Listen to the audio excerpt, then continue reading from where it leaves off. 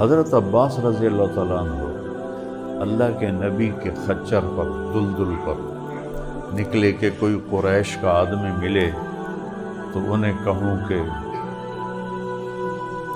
کوئی اپنا بچاؤ کر لے. تو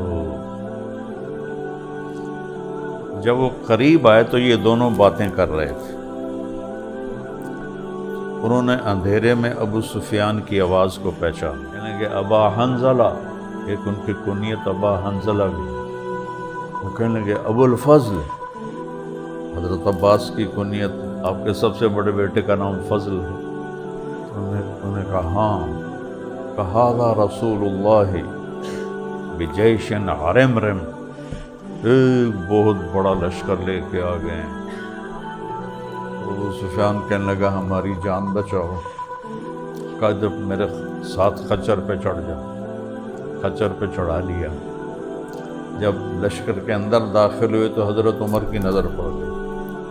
کہ اللہ خدا کا دشمن قابو آ گیا ہے، نہ کوئی عہد و پیمان ہے، نہ ہم نے اس کو امن دیا ہے.